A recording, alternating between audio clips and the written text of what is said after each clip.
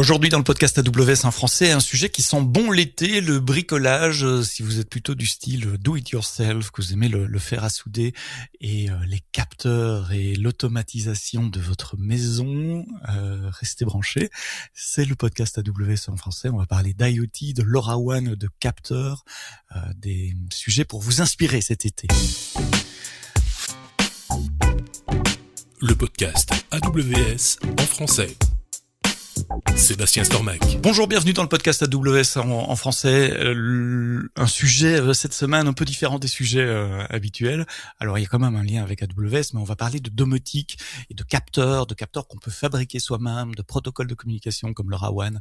On va parler d'IoT. Bref, si vous avez du temps devant vous pendant les mois de juillet ou d'août qui viennent, on va peut-être vous donner des idées, de l'inspiration pour des projets, des side projects à réaliser avec mon invité aujourd'hui, Maximilien Charlier. Tu es solution architect dans une boîte de consulting en Belgique qui s'appelle Neko Technologies, dont nous avons déjà parlé, qui ont déjà été invités dans des épisodes du podcast AWS en français. Je mettrai d'ailleurs le lien vers les autres épisodes avec Neko, comme ça vous pouvez les écouter. Tu as aussi un PhD en réseau, c'est ça?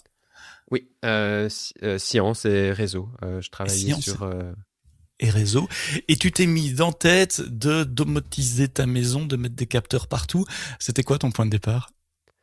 C'était plutôt suivre la consommation d'énergie et pouvoir avoir un système qui fonctionne même si j'habite pas dans une maison. Par exemple, si le compteur électrique est 3 étages en dessous parce que je suis en appartement. Du coup, j'ai dû choisir une technologie sans fil spécifique et aussi, comme j'aime bien travailler avec AWS, je voulais que ça fonctionne sur AWS. Oui, c'est ton domaine professionnel. Quand j'ai dit t'es solution architect, tu passes tes journées à aider des clients à déployer des solutions sur AWS. Tu as pu d'ailleurs tester certaines des technologies dont on va parler chez des clients, mais ici on va pas parler du cas client, on va parler de ton cas à toi. Peut-être donner un overview global de la situation telle qu'elle est aujourd'hui. Tu as combien de capteurs, qui captent quoi, comment tu visualises les données, mais vraiment à haut niveau, hélicoptère, et puis on va rentrer dans le stack technologie en détail de ce que tu as construit, de ce que tu as déployé. Ok, du coup j'ai trois capteurs pour mesurer mon énergie, enfin ma consommation d'énergie, un pour mesurer ma consommation d'eau, un pour l'électricité et un dernier pour le gaz. Et ensuite j'ai d'autres capteurs pour mesurer l'humidité, la température et le CO2 dans la maison, plus pour la qualité de l'air. Voilà. Donc les données sont envoyées sur AWS, évidemment, on va en parler plus Oui. tard, mais tu as aussi un dashboard ou des alertes ou un truc sur ton téléphone. Comment tu consommes ces données? Alors, je les visualise avec Grafana. Donc, en industrie, en Classique. général, on fait tourner ça sur des serveurs où on prend un Grafana managé sur AWS. Moi, je voulais que ce soit gratuit. Du coup, je suis parti sur Grafana Cloud qui propose d'avoir un dashboard Grafana gratuit où on peut faire plusieurs visualisations différentes. Et je consomme les données avec ça pour le moment. Au niveau de l'alerting, je peux utiliser CloudWatch pour m'envoyer des alertes si je dépasse certains thresholds, par exemple. Et aussi SES pour envoyer des emails personnalisés en fonction, par exemple, je compte mettre un détecteur de fuite d'eau pour directement envoyer un email s'il y a une fuite d'eau. Voilà. Alors, il y a des capteurs standards. Tu as parlé de température, ça c'est relativement simple. Mais tu as dû construire certains capteurs aussi, parce que, alors je connais pas les compteurs électriques ou de gaz en Belgique, mais j'imagine que ce sont pas nécessairement des devices connectés. Et s'ils le sont, on peut pas aller se plugger sur la source de données. Donc, je voudrais parler des capteurs et je voudrais parler du protocole de communication aussi, parce que tu as dit le capteur n'est pas nécessairement dans mon appartement. Il peut être trois étages plus bas si le compteur de gaz est à la rue. Alors, je sais pas dans quel sens on le fait. D'abord la connectique et puis les capteurs. Peut-être commencer par la connectique. Les gens qui font de la domotique, ils connaissent Bluetooth, ils connaissent Zigbee, Matter, etc. Toi, tu as choisi quelque chose de différent. Pourquoi? Alors, j'ai choisi la technologie sans fil LoRaWAN. Premièrement pour la portée, dans le sens où comme ça on peut traverser des murs, aller très loin, avoir des compteurs qui se trouvent dans un abri de jardin par exemple, dans la cave, à l'extérieur, sur batterie, parce que c'est une très faible consommation. Et un des paramètres pour moi, c'était que mon compteur gaz, il est à l'extérieur dans la rue, et du coup il doit être sur batterie. Et il faut pas avoir à remplacer la batterie trop souvent. Du coup, j'ai préféré cette technologie sans fil-là. Et un autre paramètre, c'était que j'ai des amis qui ont des compteurs gaz qui sont carrément à 200 mètres de chez eux. Et du coup, à ce moment-là, c'est une bonne technologie pour pouvoir aussi faire de la télérelève à cette distance. Ça marche comment, le LoRaWAN? Ça vient d'où? C'est un consortium? C'est un standard? Alors, C'est implémenté? Enfin, c'est quoi, le LoRaWAN? c'est un protocole sans fil qui a été créé par une entreprise française qui s'appelle Semtech dans les années 2000. Et donc, ça c'est divisé en deux choses. Il y a LoRa qui est un protocole de communication au niveau de la couche physique. Donc, en fait, comment l'onde va être envoyée dans les airs.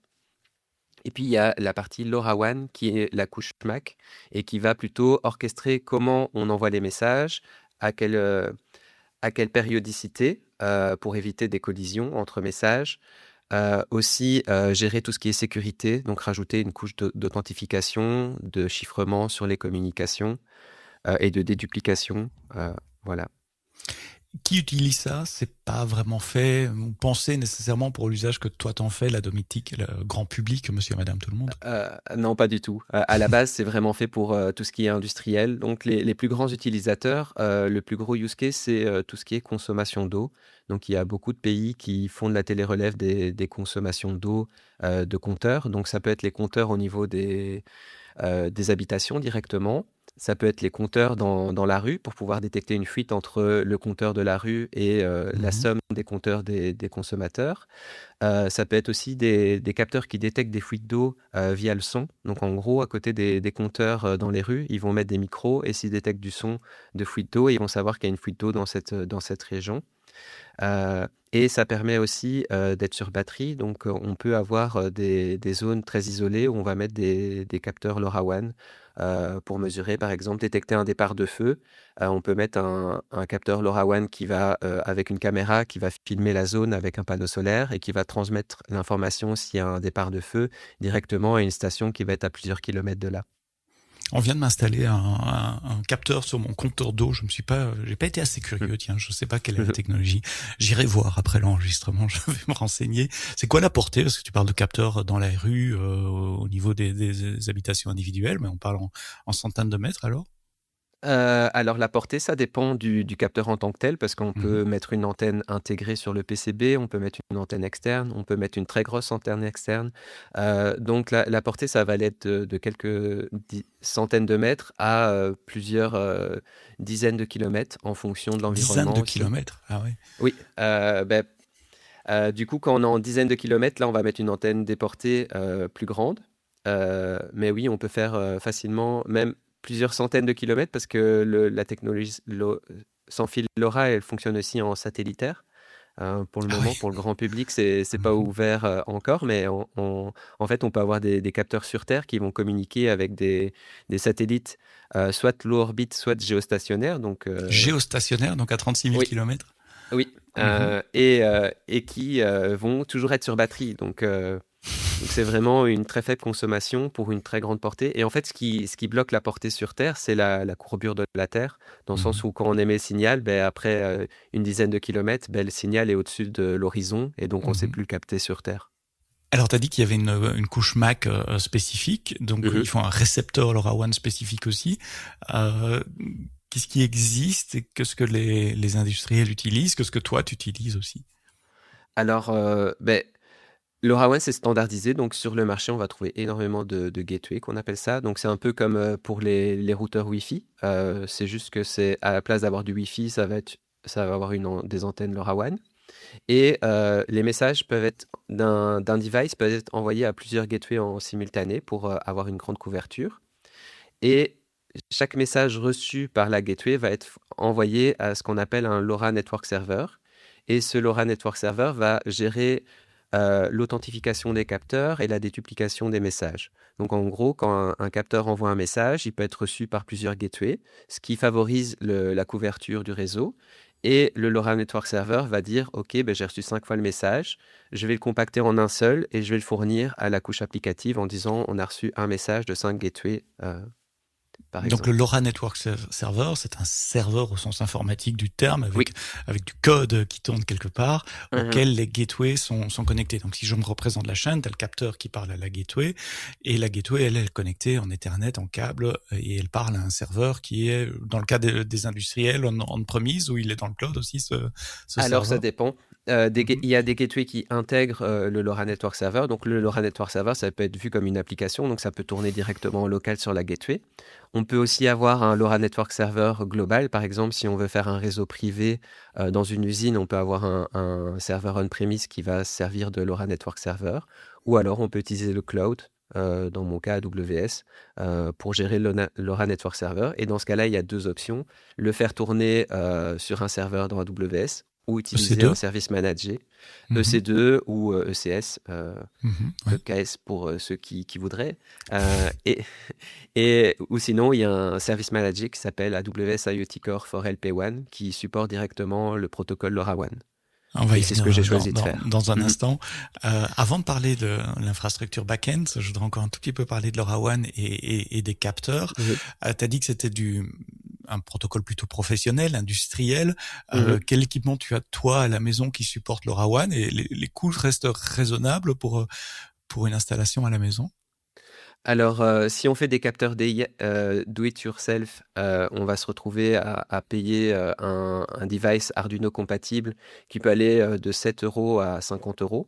Ça dépend Donc, de la marque qu'on choisit. raisonnable. Enfin, si on n'en installe pas des centaines, en tout cas, Voilà. raisonnable. Ouais. Après, sur ces devices, ben, on peut intégrer des capteurs pour faire le résultat qu'on souhaite. Mhm. Donc, si on rajoute une batterie, on doit rajouter peut-être 5-6 € de batterie. Donc, on s'est resté sur un coût très raisonnable. Et au niveau des équipements qu'on trouve sur le marché qui sont directement complets, par exemple un capteur humidité-température, à ce moment-là, ça va commencer à 30 € et ça peut aller jusqu'à 300-400 €. Il y a même des... Enfin, Ouais. ça dépend l'utilisation qu'on en fait. En général, enfin, ici dans la maison, j'ai un capteur humidité-température à 30 € et j'en ai aussi un à 200 €. Et celui à 200 €, ce qu'il fait en plus, c'est qu'il a un écran qui affiche la consommation, enfin non, le niveau de CO2, la température, l'humidité, et il mesure le CO2 et il est sur batterie. Et la batterie est designée pour durer 5 ans et est remplaçable. Donc c'est ça qui fait que le coût est plus élevé. On Mhm. peut avoir des capteurs CO2 à 80 €, mais là, à ce moment-là, ils vont être connectés au courant. Et on peut aussi avoir des capteurs humidité-température qui sont sur panneaux solaires. Donc en fait, le capteur va faire 5 cm sur 5 et intégrer un petit panneau solaire. Et là, il n'y a même plus de batterie à remplacer. Euh, C'est bien pour l'extérieur, évidemment. Dans la boîte de ton compteur de gaz, c'est pas nécessairement la bonne Voilà, solution mais ça à fonctionne ce aussi à niveau-là. l'intérieur, donc on peut mesurer la Ah oui, température avec. de bureau Mhm. et Mhm. jamais avoir à faire de maintenance pour remplacer les batteries. Parce qu'au final, ce qui coûte le plus cher en industrie, quand on installe des équipements comme ça va être si tous les 3 ans, il faut remplacer la batterie, ben juste le fait d'envoyer quelqu'un remplacer la batterie, ça va coûter plus cher que l'équipement en tant que tel. Et à la maison, donc ça, ce sont les capteurs. Puis il y a une gateway aussi. Et cette Mhm. gateway est raisonnable pour un usage domotique. Alors, c'est une centaine d'euros. J'ai deux Donc gateways. ça va. J'en ai une qui s'appelle Browan Femtolite, qui est une petite gateway, une petite boîte blanche, un peu comme ce qu'on peut trouver pour du Zigbee, que j'avais payé dans les Mhm. 100 €. Et puis et là, l'antenne est intégrée à l'intérieur, donc la portée est plus réduite. Ensuite, j'ai une Tignode G1 que j'ai payé 100 €. Bon, là, il faut la prendre sur AliExpress. Et ça, c'est vraiment la moins chère du marché parce que sur AliExpress, vous avez les taxes qui sont incluses, donc c'est le prix qui est affiché. Et celle-là, elle a une antenne externe, donc ça peut même être adapté pour une petite entreprise qui aurait un petit entrepôt à côté. Ben là, on aurait une portée sur l'entrepôt aussi. Et puis Et je suppose ensuite, il y a du matériel professionnel tu parles voilà. d'usine, etc. Mhm. Là, je suppose on peut monter dans les prix très fort. Alors à ce moment-là, ça commence à 300 €. Mhm. Et la différence, c'est que ben, les antennes vont être un peu plus robustes. Et donc, il y a toujours deux catégories. Il y a les gateways qu'on met en intérieur, qui coûtent un peu moins cher, dans les 300 €. Et puis, il y a les gateways qu'on met à l'extérieur, qui vont être IP67, qui vont être, qu'on peut alimenter en Power over Ethernet, qui vont avoir un backbone 3G, 4G si besoin. Donc, on Mhm. va les connecter en Ethernet, mais avoir un backbone s'il y a une coupure Internet. Et à ce moment-là, on est plutôt dans les 800, 1000 €. Oui, pour là, la on tombe gateway. dans du matériel professionnel et donc les coûts qui vont avec aussi. Alors revenons sur les capteurs. Tu as parlé de capteurs en boîte, prêts, température, Mhm. CO2, etc. C'est peut-être les moins intéressants. Je suis plus intéressé par ceux que tu as fabriqués toi-même avec un fer à souder, du fil et des senseurs Mhm. qui mesurent différentes choses. Mais peut-être de façon générale, comment est-ce qu'on perd, enfin je vais utiliser le mot que je connais pour Bluetooth, un Mhm. capteur à sa gateway? Alors, en fait, un capteur va être livré avec un chipset LoRaWAN et chaque chipset inclut un identifiant unique, ce qui permet que si on a plusieurs équipements dans le monde, on n'ait pas deux équipements avec le même identifiant unique. C'est un peu comme l'adresse MAC sur une carte Ethernet ou Wi-Fi. Et ça s'appelle un Dev EUID. Et ensuite, à cette Dev EUID, on doit ajouter des clés pour se connecter. Et donc, il y a deux protocoles disponibles, Over-the-Air Activation ou un autre protocole qui est, je vais regarder mes notes, Activation by Personalization. Ouais. À savoir que Activation by Personalization, personne ne l'utilise parce qu'il est moins sécure que Over-the-Air Activation. Et je vais expliquer la différence entre les deux. Quand on est en Over-the-Air Activation, on va avoir une clé qui est dans le device qu'on va donner au LoRa Network Server. Et quand on va se connecter la première fois, il va avoir un échange cryptographique entre l'équipement et la gateway, enfin le LoRa Network Server, et on va décider d'avoir une clé de chiffrement. En fait, il y en a même deux qui sont désignées. Et donc, on a deux clés de chiffrement qui sont désignées pour le capteur et qui permettent de chiffrer les communications. Euh, Ensuite, cette clé de chiffrement, elle peut être changée toutes les semaines, tous les mois, en fonction de la configuration du capteur. Quand on est en activation by personalization, on n'a pas ce protocole qui se met en place, mais on fournit directement les deux clés de chiffrement. Et de ce fait, comme les messages sont très petits quand on communique en LoRaWAN, la communication est moins sécure parce qu'on va utiliser pendant plusieurs années la même clé de chiffrement, alors que dans l'autre cas, toutes les semaines ou tous les mois, on peut faire changer cette clé. Et étant donné qu'on communique très peu en LoRaWAN, on va être de l'ordre d'un message par heure ou voire même un message par jour. Et des messages On n'a très pas, petits, je suppose. voilà, on n'a pas suffisamment de messages communiqués en sans fil que pour pouvoir aller déchiffrer ce qui a été communiqué. Par contre, si on fait ça sur un an, bah, si quelqu'un écoute le réseau pendant un an, il va avoir suffisamment de communication pour peut-être casser le chiffrement des communications et pouvoir récupérer les données transmises. Et le chiffrement, il est end-to-end avec le serveur ou avec la gateway? Alors, il y a les deux. Donc, en Mhm. gros, on a une clé de chiffrement au niveau applicatif qui est end-to-end au LoRa Network Server. Et puis, la deuxième clé, elle, c'est entre le LoRa Network Server et la gateway. D'accord, donc un double chiffrement sur le lien réseau, enfin sur le lien par onde, et Oui. puis encore le payload est encore chiffré, enfin Mhm. le payload et l'enveloppe probablement, enfin tout le message est chiffré jusqu'au LoRa Network Server. Et- Euh, Ok, maintenant je comprends mieux quelque chose que tu m'avais dit pendant la préparation de cet épisode, c'est que si tu changes de network server, tu dois changer les clés sur tous tes devices. Tes devices sont vraiment Mhm. câblés, enfin configurés pour pouvoir parler avec un serveur et Voilà, toujours le c'est ça. même. Et si tu supprimes le device que tu as AWS, il disparaît du LoRa Network Server, donc il ne sait plus communiquer. Et donc, Mhm. s'il a déjà échangé des clés de chiffrement, le device, il va continuer à communiquer avec ses clés de chiffrement et le LoRa Network Server ne sera pas capable de communiquer. Et la partie over-the-air activation, c'est le device qui choisit de se mettre dans ce mode-là et de se repérer au LoRa Network Server. Et comment on va Voilà. changer des clés physiquement sur les capteurs, enfin ou les capteurs tout faits comme tes capteurs de température, on a un petit port En USB, fait, enfin. non, ils sont livrés avec des clés et on les change Mhm. pas. Ou alors, Ok. on se connecte en général, ils sont inclus avec. Il y a plusieurs façons de faire. Soit en Bluetooth, on communique en Bluetooth directement avec l'équipement et donc on clique sur le bouton, le Bluetooth s'active pendant 30 secondes, on se connecte et tant qu'on est connecté, il reste activé, on peut configurer le capteur. On a une autre façon de faire qui est qu'on reçoit directement les clés d'encryption et elles ne changent pas. Mhm. Une autre façon de Hardcodé, ouais. faire, ouais, voilà. Une autre façon de faire, c'est qu'on peut se connecter en ligne série, mais ça demande plus de travail. Et une dernière façon de faire, c'est d'installer une application sur son téléphone et de se connecter en NFC. Voilà, donc ça dépend vraiment des fabricants pour changer ces paramètres-là. Et après, les autres paramètres, par exemple la fréquence d'envoi des messages, là, on change en utilisant soit les méthodes que j'ai citées précédemment, soit en envoyant directement un message du LoRa Network Server vers le device, parce qu'on sait aussi faire des communications dans l'autre sens. Ah oui, donc le protocole inclut un protocole de contrôle également ou de management Voilà. qui permet d'envoyer des instructions aux différents capteurs, ce qui a du sens en niveau industriel où on doit travailler à grande échelle avec plein de capteurs qui sont répartis un peu partout. Et pour économiser de la batterie, les capteurs, ce qu'ils font, c'est qu'ils émettent un message, après ils écoutent très peu, un tout petit court instant ensuite, et le LoRa Network Server doit répondre directement s'il a un message envoyé au capteur. Ça, c'est pour le prochain message. Voilà, c'est ça. Mais ça dépend des capteurs parce qu'on peut avoir on a 3 modes sur les capteurs. Il y a la classe A, B et C. Classe A, c'est on est sur batterie, on n'émet pas beaucoup de messages. Et quand on émet un message, on écoute si on a une réponse du LoRa Network Server.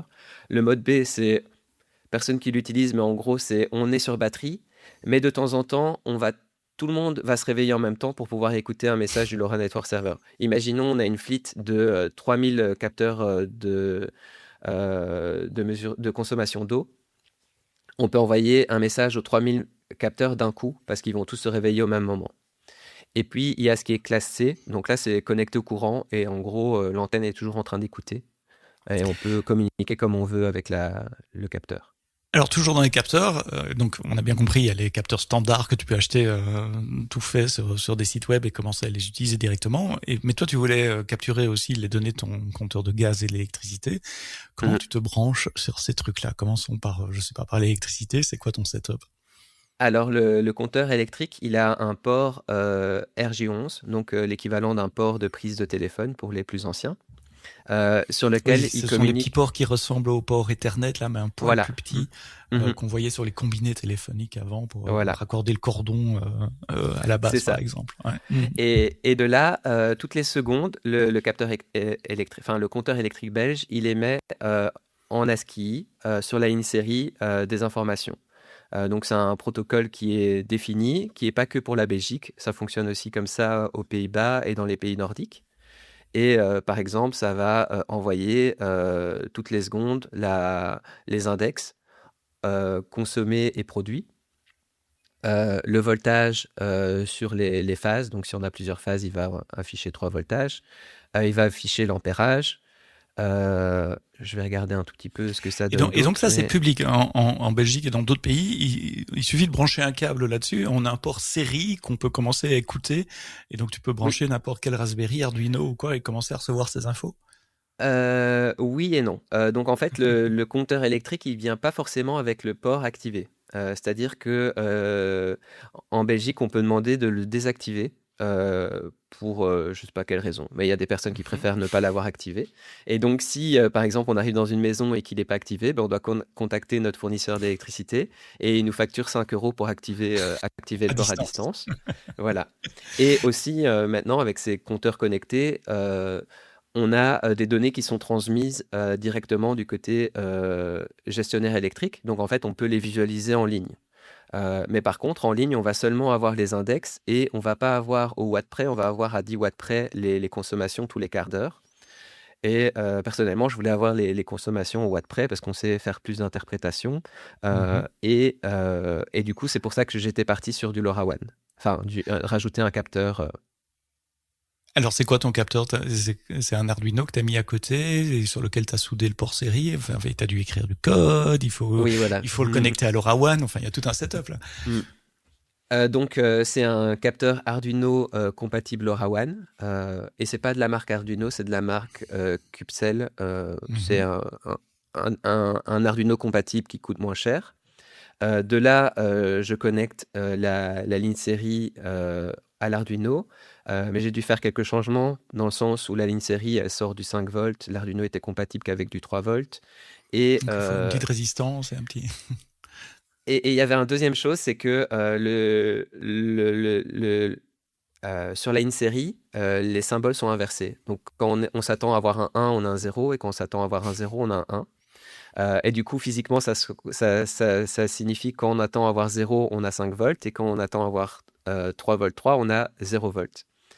Et du coup, ce que j'ai fait, c'est que j'ai utilisé un petit MOSFET qui a 3 fils en entrée. On lui donne du 3 volts 3. Et s'il reçoit 5 volts du compteur électrique, il retourne 0 volts. Et s'il reçoit 0 volts, il va retourner 3 volts 3. Ce qui a inversé le signal et corrigé ce problème de tension incompatible. Et grâce à ça, je peux communiquer avec mon compteur électrique. Et j'ai aussi Donc pris un Arduino. le code sur l'Arduino reçoit les signaux 0, 1 qui viennent du compteur électrique. Mais donc, tu as dû écrire aussi d'une librairie de parsing de ce code-là, et puis mettre ces informations-là au format LoRa et l'envoyer. Voilà, c'est ça. Donc pour la partie parsing, je suis parti sur une librairie qui était déjà sur GitHub. Comme ça, je n'ai pas réinventé la roue. Parce qu'il y a aussi une histoire de CRC. Donc en gros, on a un checksum à la fin pour vérifier que le message qu'on a reçu, il n'a pas été abîmé par des perturbations physiques. Quand tu dis une librairie, je suis un peu béotien sur Arduino. C'est en C, je suppose. C'est du C, oui. C++. Et du coup, c'est pas. Mais par contre, il y a des Arduino compatibles Python, mais par contre, ils sont pas basse consommation, donc j'en utilise pas. Donc ici, c'est plus du C. Et donc, j'ai pris cette librairie qui permettait de convertir ce qu'on recevait en ligne série sous format ASCII, de pouvoir l'interpréter et par exemple convertir, déjà dire du message texte que j'ai reçu, pouvoir séparer chaque ligne et dire moi je veux récupérer l'index de produit, ça me le sort dans une variable et je peux en faire quelque chose. Ensuite, la valeur qui est sortie, c'était toujours du texte, donc j'ai dû la convertir en int pour pouvoir avoir plus facile à l'utiliser. Et ce que je fais en plus, c'est que je transmets tous les quarts d'heure un résumé. Donc, tous les quarts d'heure, je vais transmettre l'index, mais je vais aussi transmettre mes tensions, le minimum, le maximum et la moyenne. Donc, tu as un peu de mémoire sur le device, ton code tourne en permanence, mais tu n'émets, et je suppose qu'il y a une librairie LoRa pour ça aussi, tu envoies un paquet LoRa que tous les quarts d'heure. Voilà, et je l'envoie tous les quarts d'heure. C'est vraiment... en gros, je prends mes mesures de minute 0 à minute 15, puis de minute 15 à minute 30, pour que ce soit exactement les mêmes index que ceux qu'on a sur la page web du fournisseur électrique. Comme ça, je sais comparer, vérifier que ça fonctionne. Et pour éviter d'avoir des collisions, ce que je fais, c'est que je rajoute un délai de 15 à 30 secondes aléatoire dans les transmissions. Et pour le timestamp, en fait, il est inclus dans le message envoyé par le compteur électrique. Donc, le compteur électrique, dans la in-série, il donne aussi la date et l'heure, ce qui est pratique. Je la convertis en UTC et je la mets en timestamp et j'utilise ça pour pouvoir me référer et envoyer les messages au bon moment. Et pour le mettre au format LoRa, c'est une librairie C aussi qui va créer ton paquet et l'envoyer. Voilà, et donc là, c'est plutôt une librairie Arduino qui est directement compatible avec le device. Donc, si on prend un Arduino, on va utiliser la librairie fournie par Arduino. Ici, j'utilise la librairie fournie par Qcell. Et dedans, on doit spécifier qu'on est en Europe, parce que ce n'est pas les mêmes fréquences partout dans le monde. On spécifie son device EUID. Soit on peut l'overrider, soit on utilise celui de l'équipement. Et puis, on doit spécifier des clés de chiffrement. Et celles-là, on doit les générer aléatoirement soi-même. Pour chaque message ? Non, uniquement à la création du device. Une fois qu'ils sont créés, on va les utiliser pour pouvoir les donner au LoRa Network Server et faire... c'est l'initialisation, le onboarding du device la première fois. Donc ça, c'est ton capteur d'électricité qui prend sa source donc sur un signal RS-232 qui vient directement du compteur. Et pour le gaz, tu as fait comment ? Pour le gaz, c'est un peu plus facile. Ah bon ? Quoique, en fait, le compteur gaz, il est à l'extérieur. Donc, je devais utiliser un capteur sur batterie. Donc là, j'ai un peu abandonné l'idée de le faire sur un Arduino, dans le sens où j'ai pas l'équipement pour vérifier que je me mets bien en veille profonde. Et si on a un petit courant de fuite, parce qu'il y a, par exemple, une série qui se coupe pas quand on est en veille, on va quand même utiliser la batterie très rapidement. Donc, je suis parti sur un équipement tout fait qui coûte une 50aine d'euros. Ensuite, de là, pour récupérer la consommation du compteur, le compteur, il est équipé d'un aimant. Et il est sur le dernier digit de l'affichage analogique. Et chaque fois qu'il fait une rotation, en fait... ça équivaut à consommer 10 litres de gaz. Et pour mesurer la consommation, on utilise ce qu'on appelle un read switch. va être un petit tube en verre avec 2 fils à l'intérieur et ça va être sensible au champ magnétique. Et Donc chaque si fois que l'aimant passe, le contact se ferme, c'est ça? voilà, c'est ça, Mhm. exactement. Et donc on a juste à compter. Et donc ce qui est bien, c'est que c'est un compteur passif. Enfin, c'est un capteur dry contact qu'on appelle ça. Donc on ne doit pas lui donner de courant pour l'utiliser. Et donc au final, on a juste l'équipement Arduino, enfin LoRaWAN ici, qui compte le nombre d'ouvertures et de fermetures de contact. Et au niveau software, ça fonctionne simplement avec une interruption. Quand le contact se ferme, ça fait une interruption. L'équipement se réveille, ça fait un +1, puis il retombe en veille. Et une fois par heure ou une fois toutes les 2 heures, ça va envoyer l'index courant. Et la même chose, c'est du code C que tu as dû écrire pour ton compteur, enfin le programme Euh, qui est réveillé, c'est ton programme à toi, et puis une librairie non. LoRa pour packager tout ça. À ce moment-là, comme c'est un équipement off-the-shelf, il est déjà complètement configuré Ok. quand on le reçoit. Mhm. On doit juste lui envoyer quelques messages de configuration pour lui dire, par exemple, envoie-moi les valeurs toutes les 2 heures. Ton index courant, il est à telle valeur. Comme ça, on peut le mettre en rapport avec ce qui est sur le compteur gaz. Et c'est plus facile que de se dire, OK, il y a un offset de 300 mètres cubes avec la valeur qui est envoyée. Et aussi, ça permet de voir les offsets. Enfin, si ça se décale, si on a des erreurs, on le voit directement. Euh, et enfin, on peut configurer d'autres valeurs. Par exemple, il peut y avoir plusieurs modes sur les capteurs. Ça peut être des capteurs d'ouverture de porte qui peuvent aussi faire capteurs d'impulsion. Et donc, on doit configurer ces paramètres. J'imagine la photo de ton capteur scotché sur ton compteur de gaz dans le boîtier à l'extérieur avec quelques fils, une petite antenne pour parler à la gateway. Alors justement, tous ces messages arrivent à la gateway. La gateway, tu l'as expliqué très bien, est connectée à un serveur LoRaWAN. Toi, tu as choisi d'utiliser un serveur LoRaWAN managé dans le cloud. C'est quel service AWS qui fournit ça? Alors, c'est AWS IoT Core for LP1. Et donc, l'avantage, c'est que c'est complètement managé. On a juste dire, on crée une gateway et on crée des capteurs. Et le reste, c'est AWS qui gère. Donc, il gère le fait que s'il y a une Availability Zone qui tombe en panne, ça reste disponible. Ça gère le fait que le serveur, normalement, il ne va pas perdre nos clés qu'on a mis dedans. Et donc, les connexions avec les capteurs vont rester fiables. Voilà. Et ça Donc, coûte presque rien. dans la console, on va sur le service IoT Core qui est le cœur, comme son nom l'indique, des services managés pour les objets IoT. Pour moi, c'est un serveur MQTT managé, mais visiblement, ça fait beaucoup plus que ça. Je suppose qu'il y a l'entrée LoRaWAN là, et là, on définit dans l'interface graphique ou avec la CLI, etc., ces gateways et ces capteurs. Voilà, c'est exactement ça. Donc, dedans, on va avoir un onglet LP1 Device, et dedans, il y a une sous-partie dédiée à LoRaWAN qui va permettre de définir les gateways, définir les devices et d'autres petits paramètres comme les profils pour dire que le device il est utilisé en Europe, qu'il utilise tel type de classe d'équipement, parce qu'il y a plusieurs classes d'équipement. Peut-être, est-ce que tu veux que je les décrive ou... Oui, en 15 secondes, oui. Ah oui. Du coup, un équipement, il peut être soit sur batterie, soit sur secteur. Et donc, on a deux grandes classes d'équipement qui va être classe A ou classe C. Et donc, on peut spécifier du côté AWS quel type d'équipement c'est. Comme ça, le LoRa Network Server sait s'il peut communiquer à n'importe quel moment avec l'équipement ou s'il doit attendre que l'équipement est transmis pour lui envoyer un message. Qu'est-ce que tu fais avec ces messages? Enfin, au final, ils vont dans Grafana, tu dis, mais il y a encore un Ouais. trou pour moi entre le LoRa Network Server managé sur IoT Core et Grafana. Qu'est-ce qui se passe quand un message arrive? Alors, chaque équipement, on va lui assigner une destination. Donc, ça va être typiquement un topic C'est quoi un MQTT. équipement? C'est un capteur, une gateway? Donc ici, je parle du capteur. D'accord. Donc le capteur humidité-température, par exemple, on va lui donner une destination, un topic MQTT, et dedans, au niveau de MQTT, on spécifie sous forme d'arborescence avec des slash. Et on peut dire par exemple LoRa / home / humidité température / chambre 1 par exemple si on le souhaite. Donc MQTT, si vous connaissez pas, c'est Message Queue Télémétrie quelque chose. C'est un protocole standard de queuing de messages pour des appareils à faible consommation, très populaire dans le monde de l'IoT. C'est pas juste des queues one-one, c'est plutôt comme SNS avec un système de one-to-many où on définit des topics et des clients peuvent peuvent s'abonner à des topics et recevoir donc tous les messages qui arrivent sur un topic.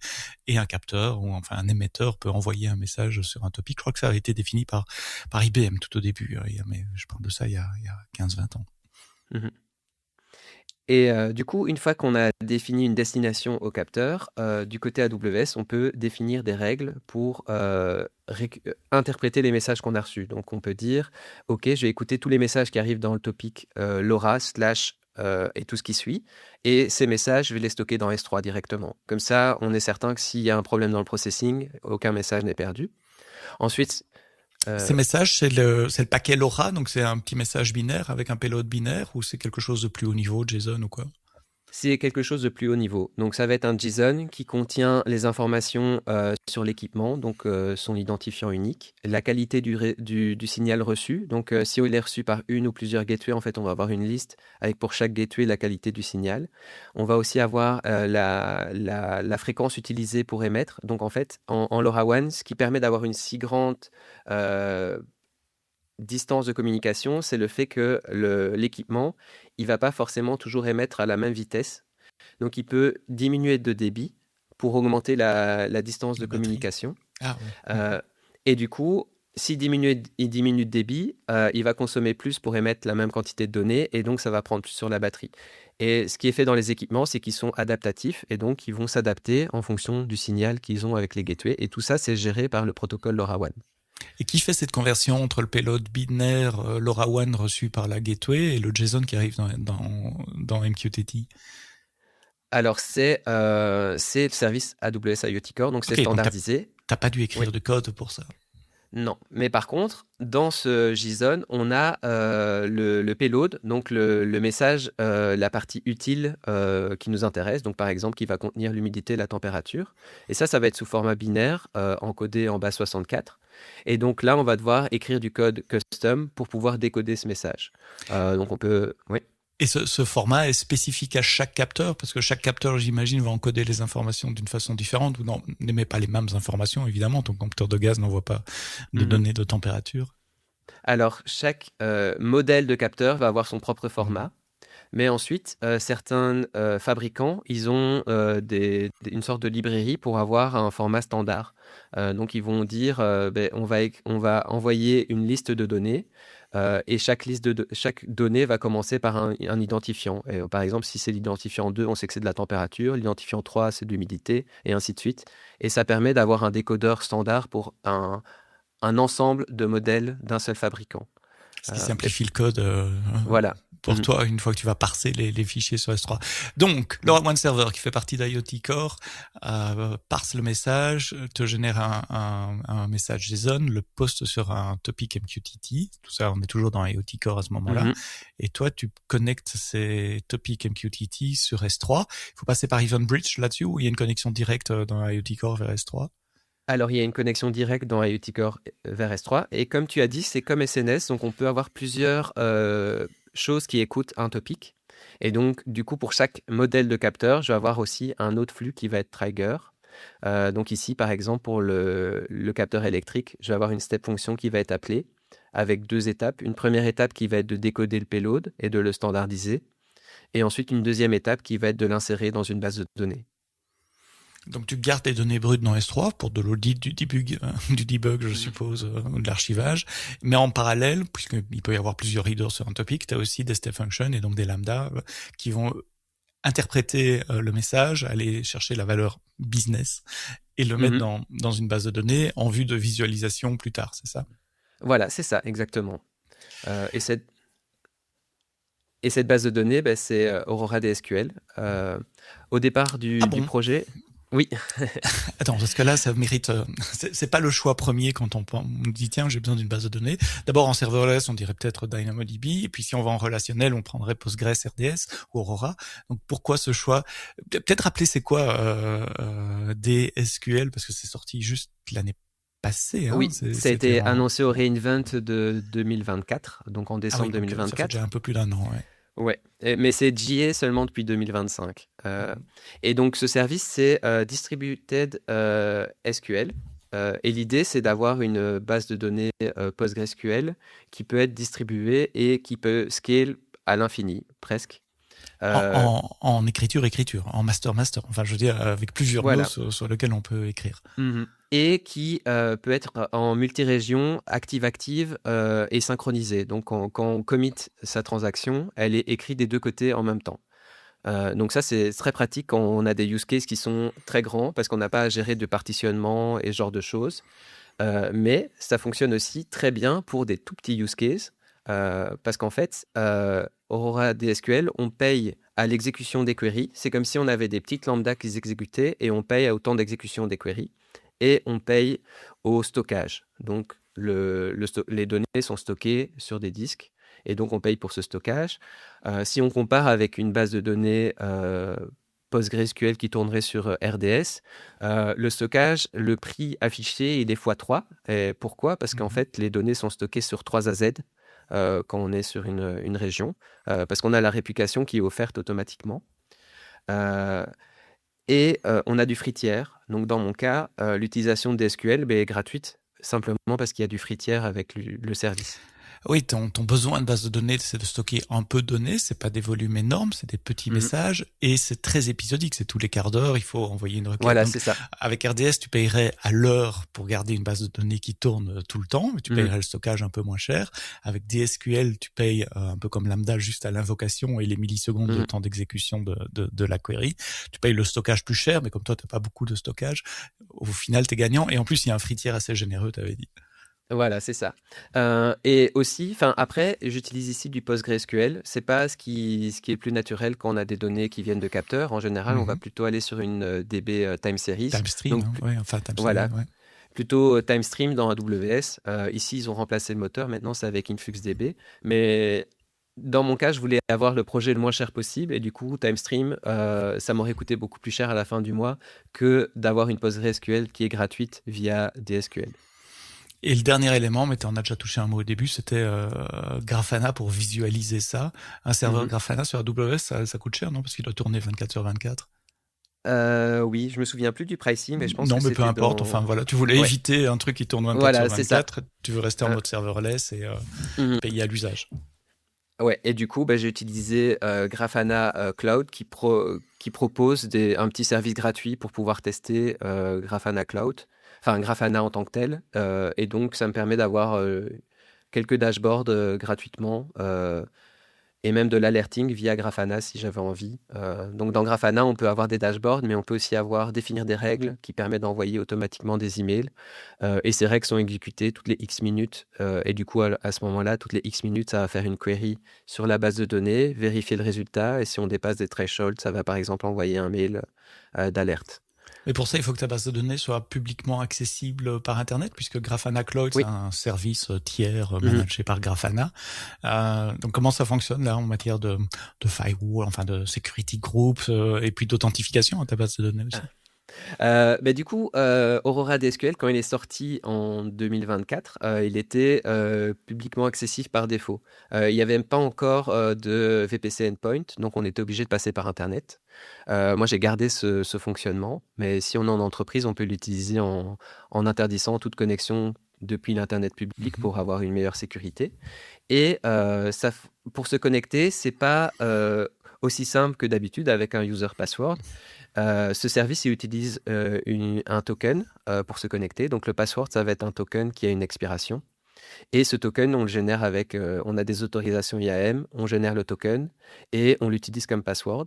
Ensuite, on se connecte avec une librairie PostgreSQL compatible standard. habituelle. Là, il n'y a rien de spécifique à DSQL. Mais mon problème, c'était que Grafana Cloud, il n'est pas dans l'environnement AWS, donc je n'avais pas accès à IAM. J'aurais pu, par exemple, créer un user IAM, puis de là, utiliser une librairie custom pour aller générer le token depuis Grafana, mais ça, je voulais pas faire parce que les user IAM, c'est plus le standard maintenant, on va dire. Et le problème, c'est que le token expire, c'est ça? Tu pouvais pas copier-coller une fois pour toutes dans ta config Grafana le token. Il expire, tu dois en régénérer un nouveau et puis l'amener dans le côté Grafana. Voilà. Et donc, j'ai inversé la logique. J'ai dans Grafana un connecteur qui se connecte à la DSQL. Et on peut spécifier le password dans ce connecteur. Et ce password, je le mets à jour depuis AWS. Du coup, dans AWS, je vais avoir une lambda qui va s'exécuter toutes les 12 heures, qui va se connecter à l'API de Grafana et qui va mettre à jour le password de mon connecteur vers DSQL. Ce qui me permet d'avoir accès à DSQL de façon seamless sans avoir rien à gérer. Et aussi, ce qu'on peut faire au niveau sécurité, c'est que l'utilisateur, donc dans DSQL, on va avoir des rôles IAM et dans la base de données en tant que telle, on peut créer des utilisateurs et dire tel utilisateur peut être assumé par tel rôle. Et ce qu'on peut faire, c'est faire un user qui a que du read-only et donner accès uniquement à cet utilisateur-là à Grafana. Oui, Pour parce que ton éviter... Grafana, il doit juste lire les données, il va pas aller écrire Voilà, c'est dans ça. la base de Et données. ça serait quand même dommage de se réveiller un matin que quelqu'un ait eu accès au token et que ça coûte très cher parce qu'il y a eu beaucoup d'écriture sur la DB. Oui, c'est ça. Le risque, c'est, alors c'est pas des données super confidentielles non plus, mais le risque, c'est plutôt un denial of funding, un DOF. Voilà, Que c'est ça. quelqu'un abuse de l'infrastructure Mm. et que ça se répercute sur les coûts et donc sur ta carte de crédit. Je rappelle que c'est un projet personnel qui tourne à la maison. Quels sont les, merci. On a une bonne idée de la chaîne, de comment fonctionnent les capteurs, les standards, ceux que tu as fabriqués toi-même. Pourquoi tu as choisi le protocole LoRaWAN, c'est quoi? La gateway, donc qui est comme un récepteur Wi-Fi dans ta maison, qui est connecté à Ethernet et au serveur LoRaWAN, qui est un serveur managé, c'est un des services IoT Core sur AWS. Et puis de là, les topics MQTT, S3, les step functions, Lambda, DSQL et Grafana. Si je résumais toute la chaîne. Enfin, visiblement, c'est un projet sur lequel tu travailles depuis longtemps. C'est pas un truc que tu as fait un week-end comme ça, qui est venu en addition et en couches successives, en améliorations successives à travers les mois, peut-être les années. Quels sont les challenges spécifiques que tu as eu, les choses auxquelles tu t'attendais pas et tu dis, ah tiens, il va falloir trouver une solution pour ça? Du coup, les gateways, moi je voulais des gateways qui coûtaient pas cher et en fait, du côté AWS, il y a des gateways qui sont compatibles AWS directement et d'autres gateways qui sont pas vendus comme étant compatibles et donc on les achète et puis on voit si c'est le cas. Et sur les gateways qu'on achète, on doit uploader des certificats et spécifier un endpoint. Donc, je ne l'ai pas dit avant, mais en gros, pour se connecter au LoRa Network Server, on spécifie un endpoint qui est du côté AWS et de ce endpoint, on fait une connexion en TLS avec de l'encryption vers le endpoint et du coup, pour authentifier la gateway, on lui upload des certificats qui ont été générés par AWS et qui permettent de vérifier que le endpoint est bien le endpoint et que la gateway est bien la gateway du côté AWS pour avoir une bonne sécurité. Aussi, quand en industrie, on peut passer par Private Link et interdire de passer par l'Internet public si on va avoir un réseau LoRaWAN privé qui est vraiment sécurisé. Et donc, un des défis avec les gateways, c'était d'avoir des gateways sur lesquels on peut mettre les certificats produits par AWS. Ouais. Et ça a été du premier coup? Tu as dû acheter plusieurs gateways pour en trouver une bonne? Alors, j'en ai acheté plusieurs. Donc, la toute première que j'ai achetée, c'était une Browan Femtolite. Donc là, j'ai un peu bricolé. J'avais fait un petit article de blog pour pouvoir me connecter dessus. J'avais réussi. Ensuite, j'ai acheté une The Tin Network Gateway. Donc, The Tin Network, ça permet aussi. C'est un réseau plus communautaire qui permet de déclarer des gateways LoRaWAN et qui permet à n'importe qui de connecter des équipements via plus un réseau public. En fait, la gateway n'était pas compatible AWS parce qu'il y avait un modèle pro et un modèle pas pro. Et le modèle pas pro, on ne pouvait pas uploader les certificats dessus. Il y a uniquement les certificats The Tin Network qui se connectent à AWS, mais à la partie AWS gérée par The Tin Network. Et enfin, j'ai acheté une ThingNode parce que je voulais une gateway avec une antenne externe pour pouvoir avoir une plus grande portée pour d'autres use cases. Par exemple, le mettre chez Neko plus tard pour avoir la consommation de notre bâtiment. Voilà, c'est ça. Pour redéployer la solution.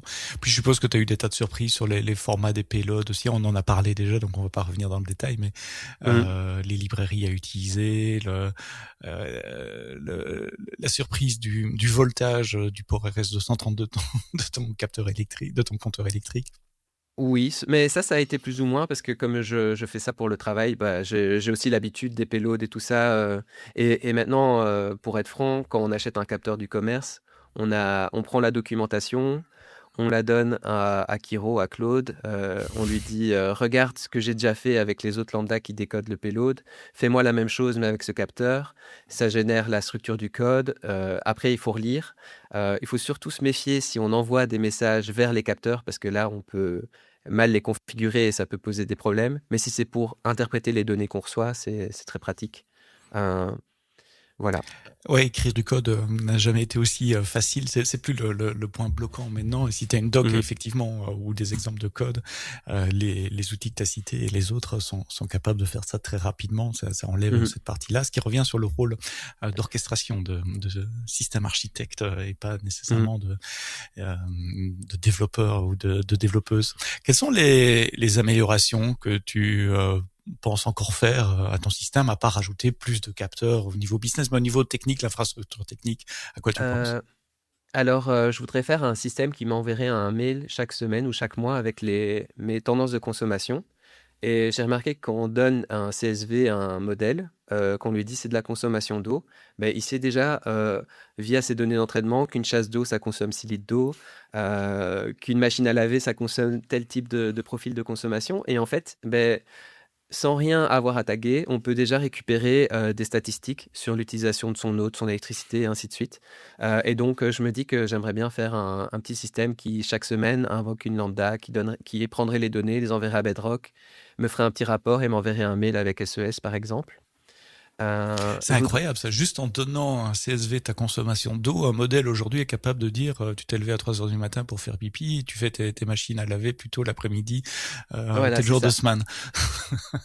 Ouais, et ça peut être très pratique, par exemple, si vous avez, supposons que vous avez un use case où vous consommez vous mesurez la consommation d'eau à la minute près, parce que ça, par contre, il faut vraiment avoir les profils à la minute. Ben, vous pouvez dire, on installe ça chez nos grands-parents et ça permet de savoir s'ils commencent à avoir des problèmes de santé parce qu'ils vont plus souvent aux toilettes la nuit ou ce genre de choses. Donc on pourrait imaginer que dans une maison de repos, ça pourrait être utile pour monitorer la santé des patients. D'autres idées d'amélioration? Oui, donc monitorer ma chaudière, parce qu'actuellement, je ne le fais pas. Par exemple, pouvoir voir le pourcentage de chauffe, voir combien ça consomme, pouvoir voir si, quand on la fait détartrer, ça a un vrai impact sur la consommation. Et tu as un port RS-232 là-dessus? C'est une chaudière Legrand, ils ont un standard spécifique, mais j'ai vu qu'il y avait moyen de faire en sorte avec un Arduino de récupérer les données. Je vais déménager et donc dans ma nouvelle maison, j'aimerais faire un petit système d'alarme basique avec détection d'ouverture de porte et de bris de vitre en LoRaWAN. Et le reste serait en filaire. Donc là, j'ai pas encore dessiné, mais je pense que ça tournera aussi. Créer ton système d'alarme finalement? Oui, voilà. Qui peut le plus, peut le moins. Comme ça, c'est plus amusant. Et ça reste relativement discret dans une maison, sans être machiste. Je pense toujours au wife acceptance factor. Il faut pas des fils partout et des justement, bidules, ça reste élégant dans une pièce.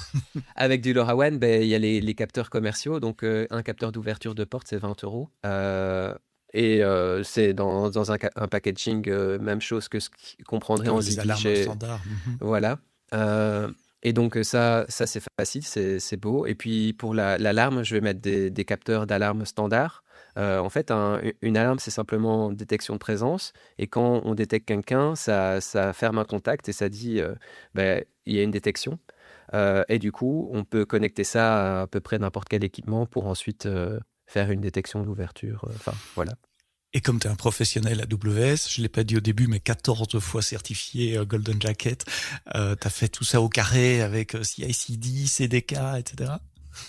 Oui, du coup, j'utilise CDK pour déclarer les capteurs, les gateways, tout ce qui est processing, donc toutes les lambdas. Une des difficultés que j'ai eues, j'en ai pas parlé, c'est que quand on est dans un projet à faire de l'IoT avec LoRaWAN, on doit définir les capteurs. Donc il y a plusieurs façons de le faire. On peut le faire via la console AWS. On peut le faire via la CLI. On peut le faire via CDK. On peut le faire via la CLI en utilisant du Terraform. Donc on a plein d'options. Il y a CloudFormation aussi. Il y a plein d'options. Comme d'habitude pour créer de l'infra sur AWS. Voilà, c'est ça. Moi, je suis parti sur utiliser CDK, qui derrière utilise CloudFormation.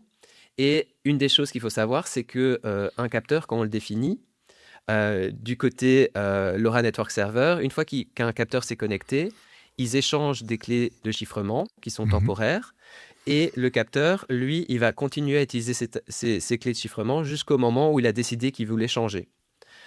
Si du côté LoRa Network Server, on supprime l'équipement et qu'on le recrée, à ce moment-là, le LoRa Network Server va vouloir réutiliser des nouvelles clés, plus les anciennes, parce qu'il aura oublié les anciennes. Et donc l'équipement, s'il est mal configuré, il peut se retrouver à essayer de communiquer avec la gateway pendant plusieurs semaines, voire complètement à vie, avec les anciennes clés de chiffrement. Et ça peut poser problème. Donc, première chose, donc là, dans ce cas-là, il faut aller intervenir physiquement sur le capteur pour lui changer les clés de chiffrement, pour leur démarrer. Si c'est possible. Oui. À ce moment-là, c'est simplement leur démarrer, en fait. Donc, en général, il y a un bouton reset. Voilà, c'est ça. Et donc, ton LoRa Gateway Server dans ton stack CloudFormation, il doit être non effaçable. C'est un peu comme une base de données. Il faut pas que CDK l'efface si tu fais un update ou une mise à jour. Alors, au niveau du compte, on sait en avoir qu'un seul, donc c'est facile. On ne sait pas le supprimer. Mais par contre, on sait supprimer les équipements. Et donc, quand on supprime un équipement, on perd ses clés. Donc, ce que j'ai fait de mon côté, c'était que j'utilise une custom resource qui, une fois qui crée l'équipement la première fois en appelant une lambda et en créant via la CLI l'équipement. Et si l'équipement est déjà créé, il update. Et si on veut le supprimer, à ce moment-là, le call delete, il fait rien. Il supprime pas l'équipement. Comme ça me garantit qu'il reste du côté AWS. Après, j'ai quand même mis un override. Donc, je peux déployer delete at true, déployer une première fois, supprimer l'équipement du code CDK. Et à ce moment-là, il va vraiment supprimer du côté AWS. Si nos auditrices, nos auditeurs veulent suivre tes pas et démarrer dans le monde merveilleux du do-it-yourself, des capteurs, de LoRaWAN, etc., tu as parlé d'un blog. Est-ce que le code est disponible quelque part également ?